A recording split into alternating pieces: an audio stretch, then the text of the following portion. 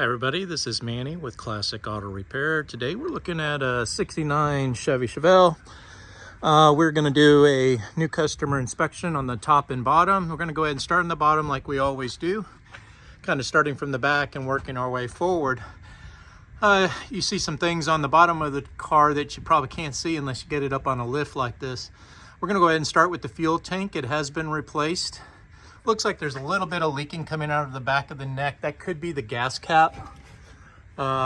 See how that seal is all cracked right there on the back side of that? That means that gas is coming out when you accelerate, and it's coming out the back of the neck. So on a full tank, you may see some sloshing there. I would recommend a new gas cap be put on it. All right, moving our way forward. Looks like the straps are good on the lid, on the tank itself, so we're in good shape there. I'm going to go ahead and reference my list here of items that I've inspected so I can kind of have a guide as we go through the car. Customer states that there's a noise and rattle in the back of the car at idle and while driving. Usually that's related to exhaust, and you can see right here we've got a loose exhaust system. The whole thing is moving around, and that's going to be nothing but problematic. It's going to cause damage and leaks and obviously noise. So what we want to do is we want to re-weld this up there onto the mounts, make sure everything is tight. You can see the condition of these mufflers. It must have been in some northern state where the salt was located, because it does have a lot of rust on the exposure. Not structural, but definitely it has been exposed to a lot of humidity and some salt, which is why you see some of this paint flaking off, is because it didn't have a good adhesion to the exposed rusted areas. So maybe a recommendation there would be some spot undercoating and painting just to cover any bare metal. Exhaust system itself could be replaced at any time. It's functional. It doesn't have any holes in it, but it's pretty old, and some of these mounts, obviously we need to add another mount, I would say probably up here towards the front, to help with holding the weight of all this pipe and the mufflers. I may refer you to the exhaust shop that we use here locally. They're a good, reputable company that I've been working with for 30 years, and they can quote you on replacing this whole exhaust system, or at the minimum going ahead and welding up some new brackets. We may be able to temporarily do something here, but permanently you may want to look at getting that fixed by the exhaust people. All right, so usually from the back side we hit the exhaust and we hit the rear end. The rear end is dry. I don't see any leaking coming from the differential plate. It looks like it's had a new suspension coil-over shocks added to it with some bracketry to make the geometry correct, to get the height where they wanted for these big wheels. These are obviously not stock wheels that they're running on here, and then you've got to worry about clearance and making sure that it doesn't rub on anything. And these are 18-inch wheels. Didn't ever come with anything this big, so you got to make sure that things look good. You don't see any cuts in the tire, and so far I haven't seen any rub marks or any indication that it was a bad fit. I'm also checking here for any brake situation on the rear. This has the new upgraded rear disc brake that's available, and installation looks okay. Don't see any hydraulic leaks. Pads are in good condition on both sides. They have everything hooked up the way it should be. We've put in a lot of these aftermarket upgraded disc brake packages, and this one is in good shape and everything is working the way it should. Only exception would be the emergency brake cable. They have it kind of just wired up here with a piece of wire, and the cable's fraying a little bit. This is your adjuster cable here. They have it all the way maxed out, and it's still too loose. Reason being that this was originally designed for a drum brake, and there's just too much flop in the cable system. So you'd have to have a custom cable made to tighten this up with the correct hanger. There's supposed to be a hooker right here. There's a hook rod that goes here that connects up into this hole. That puts some tension on there. It's missing, so some areas there we can work on if you choose. to get that working. This is an automatic, so it's not like you need an emergency brake. Usually the stick cars are the ones that are concerned about everything working correctly on the emergency rear brakes. Looks like it's got some new bushings on the trail arms. You can see them here and here. So a lot of the rear end suspension has been upgraded. Right here is the fuel filter for the gas tank. And I have a note up here. This is your high pressure fuel pump. And this is unlike a carbureted model. This produces excessive pressure. I think a carburetor is only producing up to 9 pounds. This is in the 60 to 90 pound range. So many times more pressure. Because this has a fuel injection upgrade on the car, instead of a carburetor, they have to run high pressure systems, and they have to run a return line from the EFI. So there's 2 lines instead of one. One pushes gas to the fuel injection up front at the engine. The other one returns the excess fuel back to the gas tank. So that's why you got 2 lines up in here, and then you got some ventilation going on right here. This is the fuse. If the fuel pump ever gets hot, runs out of gas, and stays on for a long period of time, this fuse may blow. Not a great position for it, but if you can get up underneath the car, this is a fuse you can check, because if you don't have this working, the car will not start. All right, so it looks like they routed the hoses okay. I don't see any issues with hitting on exhaust. One of the other major issues on the exhaust system is right here. The noise is coming and the rattle is coming from right here. This is metal on metal right there. And what you want to do is open up this gap and move this pipe away from that moving part right there. So that's just going up and down, and it's resting on the exhaust. So you're going to get a lot of rattles, a lot of vibration. And so again, some exhaust work here. If they put the right hangers in the right position, it would move this pipe away from the trailing arm, which is again is an issue right there. And of course, all their mounts and everything are not in good shape. So something that we probably won't be able to do here, but definitely something that needs to be fixed and can be fixed by the right repair shop. Looking at the bottom rocker panels, floor pans, there's, as I said, this has got some rust indication on it from just exposure, salt or something, or high humidity. The paint is kind of just flaking off, as you can kind of see here as I move it.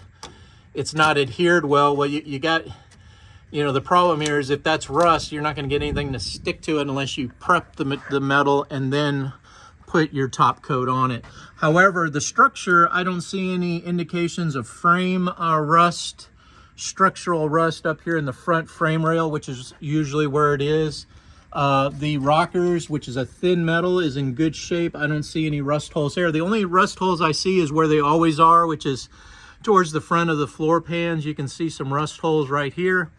There's a lot of, anywhere I put an X is an open hole to the carpeting. So that, you're asking about heat and exposure. Well, this is just going right up from these hot exhaust pipes right up into the cockpit and the cabin. This is the carpet right here. So you got a lot of heat, coming over. Not to mention, there are things we can do. What we do is we take out the carpet, the seats, the sill plates, so we have access to the floor pans from on top.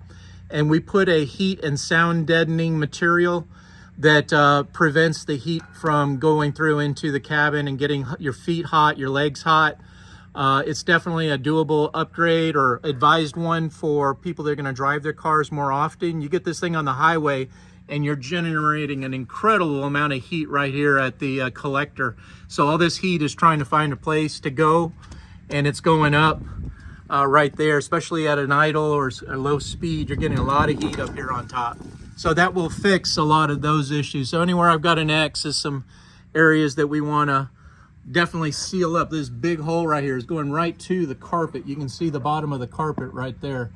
And that's a big hole. So again, things that we can seal up, put some silicone in there, and then of course do any things from the top side to help prevent the heat from moving into the cabin is always a good thing. This hose is hanging a little low for my comfort. This is a fuel line. You don't want this thing getting hit by anything. You can kind of see some rub marks on the bottom of it where it's already hit on some things. So you want to get this up in here, get it strapped up there, and you know, locked down so that you don't cause a safety issue on these fuel lines. Real critical. This is your O2 sensor for measuring the heated exhaust that's coming out so that it can do adjustments on the choke for your electronic fuel injection. It has to have one of these on there. I wanted to make sure it was on there and in the right spot. Let's see, drive shaft is in good shape. I checked the U-joints, we're looking good here. All the way to the front, the rear transmission seal is in good condition, which is this orange thing right here. There's no drips. We do have some leaking occurring at the pan gasket. This is a Turbo 400, a late model. Looks like the whole engine tranny may have been in a crate kit that someone purchased and installed in this car. This didn't come with this setup. It has a few little drips here. Mentioned, customer stated there was some pink drips on the floor. Well, you're going to get them from the transmission pan gasket. That bolt right there is dripping some oil. Very difficult to prevent unless you're driving this every day. And even then, the engineering that they had with these cork gaskets that they use, a cork material, nothing like your new cars that are precision engineered, designed not to be serviced or replaced. That's why they don't leak. These old transmissions from the 50s, 60s, and 70s are just they're gonna leak. You can't prevent it. I could tell you I could fix it, but you'll be back here in 6 months to a year with the same complaint, and that's just not a good way to do business. We'd rather tell you up front what the situation is and let you, you know, go to another shop if you want to get that kind of thing fixed. But for us, we see this as only during a service. We'll check the filter out, we'll replace the fluid, and we'll put a new pan gasket, torque it down. But again, if the car's not driven regularly, the gaskets will seep and leak. So that's the situation right here. Moving forward, on engine leaks, looking pretty good. Looks like there might be a little seeping on the back of the crankshaft seal to the oil pan, but nothing major. This is a later model designed oil pan, so I don't see any leaks coming from here or the valve covers, which is very common. When the valve covers dry out, they'll tend to leak, but these have all new seals. This engine, like I said, looks pretty brand new. It's got new motor mounts. Now, speaking of mounts, one of the techs said that there was a little bit of movement in play, and what I can see right there is making sure that the transmission mount is tight on the back side. We want to torque these down, make sure they're tight. That's why I made a note on there. It has a upgraded speedometer cluster, which to use the digital speedometers and tacks and all that, you got to have the right kind of sensors. And what this does is it converts the cable speedometer that used to be in here, it converts the mechanical to an electronic sensor with 3 wires. What I have to do is, if you want me to get the speedometer to work, it doesn't register right now. I've got to take this out of the transmission, hook it up to my drill, and see if I can get movement on the speedometer. It'll tell me whether this sensor is good or bad. A lot of these just fail from sitting, so I got to test it. I'll look at the gear inside of here to make sure the gear that goes to the transmission is correct and is not damaged or stripped, which would also cause a fault in this speedometer not working. So we got to start from the basics. I'll need some diagnostic time to figure it out and do my testing to be able to tell you what the repair entails. I've done a lot of these. Again, most of the time I just got to put a new sensor in here, calibrate it to the speedometer, and then everything works the way it should. The other option is to completely bypass this whole thing, run this cable to a GPS sensor, and it hooks up to, just put a little sensor on your dash. The rest of it goes under the dash and connects to this cable, and it uses satellite technology to accurately give you your speed readings. You don't have to worry about any of this transmission or mechanical parts failing on you. GPS works every time, just like your phone. It'll tell you exactly how fast you're going, as long as you have access to the satellites in the sky. If the car is parked in the garage or a metal building, you have to pull it out, give it a few seconds, and then it'll acquire the signal from the satellites, give you that GPS reading. It's got some aftermarket exhaust pipes on it, hanging pretty low. That's why you're getting some scrape marks as you can see right here on the bottom of the pipes. This is probably not the best place to put this collector. They put the low part of the clamp to the bottom, which is what's hitting on everything. As you can see there, this should be rotated if possible, if they're not welded. Again, a good exhaust shop job would be to take these couplers, move them, and put some good gaskets on there, because again, with all this rotation and movement, all these parts can loosen up on you, especially up here at the exhaust on the engine. Looks like it's got new spark plugs in it. Like I said, the motor looks pretty fresh. It's got a power steering pump here, a little bit of seepage, wetness, but I don't even see any drips. Maybe one right there, but that's very common. These seals on these are hard to eliminate. Replacing the pump, even in most cases, the leak will return on them, just because, again, they just set for weeks on end before they're cranked up. This side, everything looks dry. You got a fuel pump here, mechanical, that's not hooked up. They have it disconnected because you do have to have that high pressure fuel pump from the back that I showed you earlier. So this is just the original that has been bypassed, so no problem there. Radiator hoses look like they're in good shape. Belts look like they're in good shape. No leaks from the power steering. This is real common to see drips right out the bottom of the pitman arm. Everything looks good there. Lines look like they're tight.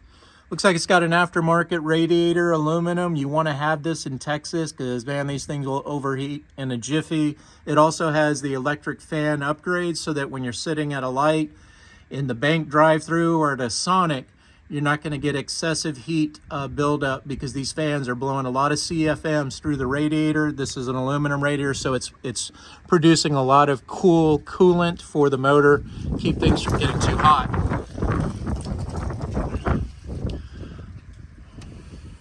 Front of the car looks like it's in pretty good shape. This is your trans cooler. Looks like it has all new fixtures, new bulb sockets. Everything up front here looks good. Don't look like I see any severe damage to the frame horns, which would be a front end collision. Don't see any signs of problems there. One of the things I did note, that's what all these Xers are for, is the grease on these. This is a very dried suspension system, only because usually places that change oil and filter on cars do not service the chassis, because they're not even trained to do this. Most new cars have sealed suspension components, so there are no grease zerks, and that's why these things have not been touched for a while. If they were getting it serviced at a local oil change, Walmart, Target, wherever, they're not going to do these. And it's one of the things we do with our oil changes. We make sure we get the grease inside of these tie rods, drag links, spindle connectors, so that they don't wear out, cause a lot of noises, and eventually fail because they're not lubricated. So you get that metal on metal, and you're going to have problems there. All right, so shocks on the front have been replaced. You can see here it's got some new shocks. Bushings are in great condition there. The sway bar end links have been replaced. This is real important. They cause a lot of rattles, and it's in good shape. The brakes on the front have been upgraded. Has the new calipers on it. Brake hoses are in new condition. Don't see any leaks. The pads on the front are in good condition as well, both sides. I don't see any issues here. Again, just exactly the way we would put these together.